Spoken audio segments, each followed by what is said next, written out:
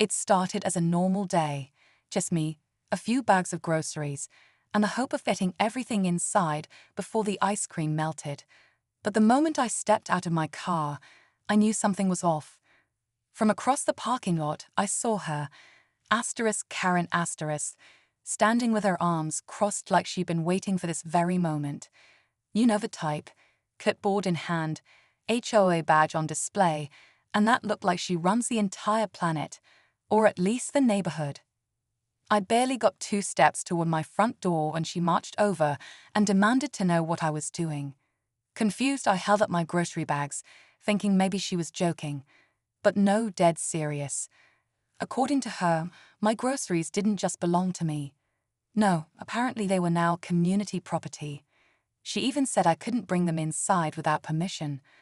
I laughed, thinking it was a prank or something. But then she pulled out her phone and called *911 over groceries. I wish I were making this up. As the dispatcher picked up, she actually told them I was stealing from the neighborhood. All I could do was stand there with frozen peas in one hand and disbelief in the other. And that's when things really took a turn. So there I was, stuck on my own front walkway, while Karen was on the phone with 911, reporting me like I had just robbed a grocery store. And the wild part, she was pointing at my shopping bags like they were evidence of a crime. I glanced down. Milk, bread, bananas, a frozen pizza. Nothing fancy, but to her, this was some kind of HOA emergency. Now, let me explain something about this neighborhood. It's one of those tightly run HOA communities where even your flower pots have to be approved. Karen isn't just a random neighbor, she's the self-appointed enforcer. Always walking around with her little notepad, taking pictures of recycling bins left out too long or grass that's half an inch too tall. Everyone kind of tiptoes around her, but no one's ever seen her pull a stunt like this. Apparently, earlier that week, the HOA sent out an email about shared community resources. It was about a donation drive. People could leave extra pantry goods in a bin by the clubhouse. Somehow, Karen twisted that into thinking any groceries spotted outside belonged to everyone. When I reminded her that I had just bought these, with my own money she actually said, "That's what they all say *." Like I was part of some underground food smuggling ring. And then I saw flashing lights at the end of the street. The squad car slowly rolled to a stop right in front of my driveway, and that's when neighbors started peeking out their windows.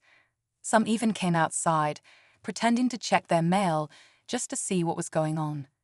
I could feel their eyes on me, probably wondering what kind of chaos I'd started. Meanwhile, Karen stood tall like she'd just cracked some major neighborhood case, waving the officer over like she was the one in charge. The cop, clearly confused, walked up and asked what the emergency was. Karen jumped in before I could speak, going off about unauthorized grocery delivery, community theft, and something about violating HOA trust. The officer looked at her like he couldn't believe he was hearing this, then turned to me and just said, "Is this true?" I held up my receipt and muttered, "I just wanted to eat dinner." But here's where it got weirder. Another neighbor, Tom, who usually minds his own business, came out and agreed with Karen. He said he saw me take an Amazon box from the porch last week that looked too big to be mine.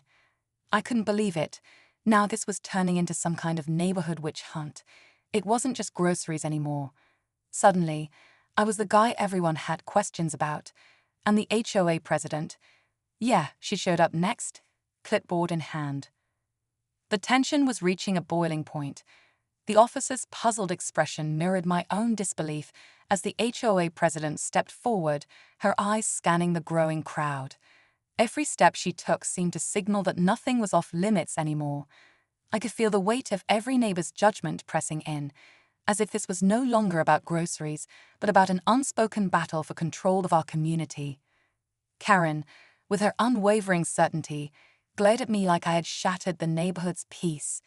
Every murmured comment and sideways glance fueled my anxiety. The cop asked more pointed questions, and I could see his confusion deepen as different voices began chiming in with their own interpretations of my actions. One neighbor whispered about past incidents of unapproved behaviors, while another recounted how their own groceries had been scrutinized in the past. The atmosphere felt charged, as if the air itself was humming with accusations and unresolved grievances. I clutched my receipt like a lifeline, desperately wanting the truth to emerge amidst the deluge of claims and counterclaims. As the sun sank lower in the sky, casting long shadows on our well-manicured lawns, I knew that this confrontation was far from over. The promise of an impending showdown left everyone on edge. The next moments seemed to hang in limbo, waiting for the inevitable climax that would finally determine who was really in charge of this neighborhood. Just when I thought things couldn't get any more absurd, the second twist hit, and it came from the least expected person. Ms. Linda, the sweet elderly woman who lived 2 doors down, slowly made her way into the crowd with a folded piece of paper in her hand. Everyone went quiet. Linda's the kind of neighbor who bakes cookies for the block and feeds stray cats. No one had ever seen her involved in drama.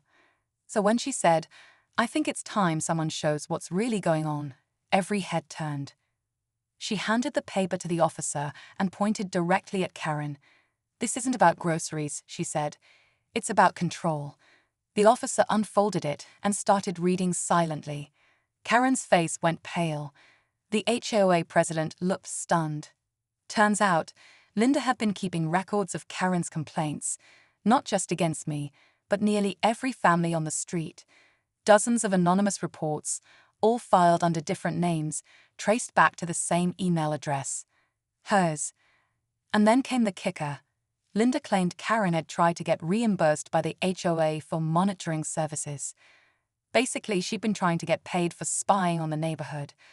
The officer raised an eyebrow and asked Karen if that was true. She didn't answer. Her mouth opened slightly, but nothing came out. That's when the HOA president's phone buzzed, and she looked down with a sharp gasp. The entire street seemed to hold its breath as the HOA president read whatever had just popped up on her phone. Her eyes widened, and without saying a word, she turned the screen toward the officer. He glanced at it, then slowly looked up at Karen, now visibly shaking. "Ma'am," he said firmly, "is your name listed as the account holder for *neighborhood watch reports.net*?" Karen didn't deny it. She just stared at the pavement, lips pressed tight, like everything was finally crashing down around her.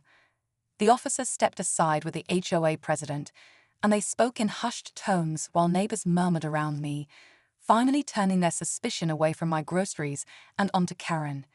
It was clear now. This wasn't just about me bringing in some food. This was a pattern of control, manipulation, and pushing a fake narrative to stay in power. Linda had exposed it all. After what felt like forever, the officer came back and told Karen that due to the misuse of HOA resources and repeated false reports, she'd be formally reported to both the HOA board and local authorities.